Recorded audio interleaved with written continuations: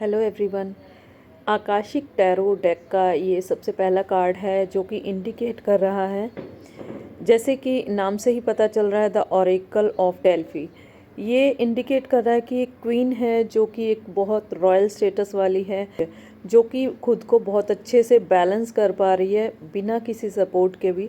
और ये 3 legs indicate कर रही हैं कि उसका स्पिरिचुअल, इमोशनल और प्रैक्टिकल तीनों ही लेवल बिल्कुल वो खुद से बैलेंस कर रही है। और कुछ एनर्जीज़ हैं और कुछ ऑरा इस तरह की उसकी क्रिएट हो चुकी है कि उसके पास जो प्रीस्ट हैं, इनका उनके साथ सोल टू सोल एक तरह से टेलीपैथी हो रही है और ये बिल्कुल रिसीविंग मोड में है। और ये कार्ड ये इंडिकेट करता है, अगर आपके रीडिंग में ये कार्ड आता है तो ये इंडिकेट करता है कि आप बहुत ही ज़्यादा स्पिरिचुअल हो और 100% आप हीलर रह चुके हो, चाहे पास्ट लाइफ में रह चुके हो। तो आपको अपनी हीलिंग की जो एबिलिटीज़ हैं उनको एनहेंस करना चाहिए, मेडिटेशन करनी चाहिए और ख़ुद को ज़्यादा से ज़्यादा कनेक्ट करना चाहिए। और जो प्रीस्ट ये साथ में खड़े हैं और इनके हाथ में स्क्रॉल है, इन्होंने ओपन कर रखा है लेकिन बोल नहीं रहे हैं।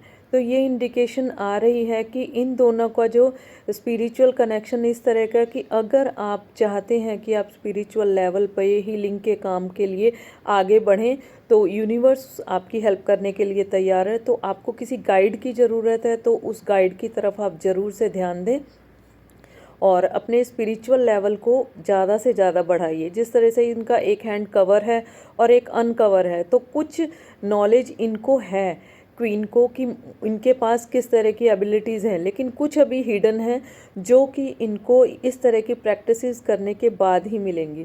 इस तरह की और भी जानकारी के लिए कनेक्टेड रहिए इन्फिनिटी टैरो 111 से। ये कार्ड ऐसा है कि बहुत रेयर ही किसी के लिए निकलता है। अगर ये आपके लिए आ रहा है तो इसका मतलब कि आपको अपनी जो साइकिक एबिलिटीज़ हैं उन पे फोकस करने की ज़रूरत है। और अगर ये आपके क्लाइंट के लिए आ रहा है तो आप ये समझ के चलिए कि जो आपका क्लाइंट आपके सामने बैठा है वो बहुत ही स्पिरिचुअल, एक तरह का हीलर और बहुत ही ज़्यादा डिवाइन से कनेक्टेड है। ये कार्ड शो करता है एक क्वीन को जो अपने सारी स्ट्रगल्स और हार्डवर्क करके अपनी फाइनली एक हाई पोजीशन पे पहुंची है, जिससे उसको जैसे प्रीस्ट नॉर्मल जगह पे खड़ा है, पर ये क्वीन एक स्टूल पे खड़ी है अपने हाई आसन पे। और वो 3 पैर प्रैक्टिकलिटी, इमोशनलिटी और सेंसिबिलिटी को शो करते हैं कि ये सब उन सबको मास्टर कर चुकी है और इसको कोई आसानी से बुद्धू नहीं बना सकता। उसको इतनी ईजीली कोई फूल नहीं कर सकता।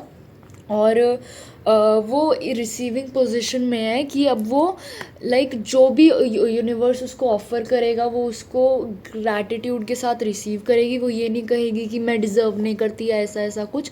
इस पर्सन को अपनी वर्थ पता है और वो अपने ये सेल्फ कॉन्शियस नहीं है, ये सेल्फ कॉन्फिडेंट है वगैरह।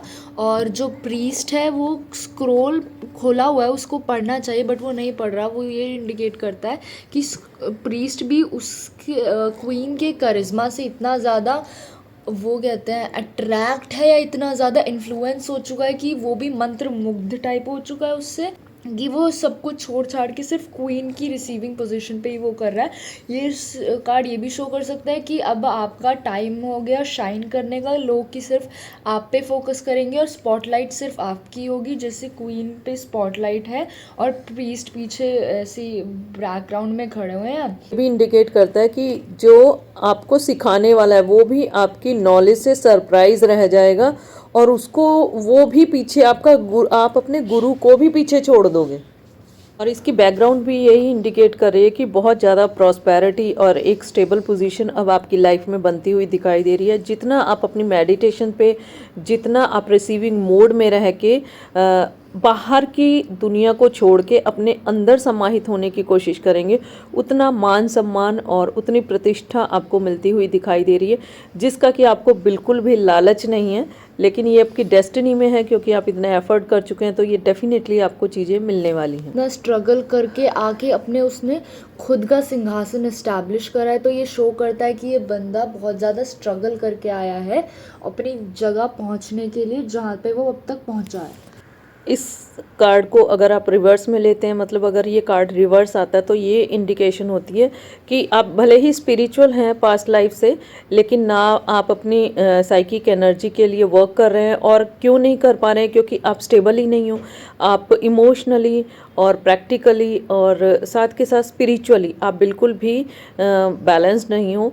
सबसे पहले इस बैलेंस को बनाने की ज़रूरत है, गाइडेंस की ज़रूरत है, तब आप इन चीज़ों के ऊपर काम कर पाएंगे। अगर ये कार्ड आपके लिए आ रहा है पॉजिटिवली तो इसका मतलब यस है, और अगर रिवर्स आ रहा है तो हर काम के लिए नो है। आपको वेट करना चाहिए, अभी उस काम के लिए नहीं जाना चाहिए। अगर आप भी आकाशिक टैरो रीडिंग सीखना चाहते हैं तो आप दिए हुए नंबर पर कांटेक्ट कर सकते हैं, और व्हाट्सएप पे मैसेज ड्रॉप करके आप अपना रजिस्ट्रेशन बुक करवा सकते हैं। इस तरह की और भी नॉलेजेबल वीडियोस के लिए कनेक्टेड रहिए इन्फिनिटी टैरो 111 से। मिलते हैं नेक्स्ट टाइम, तब तक के लिए राधे राधे।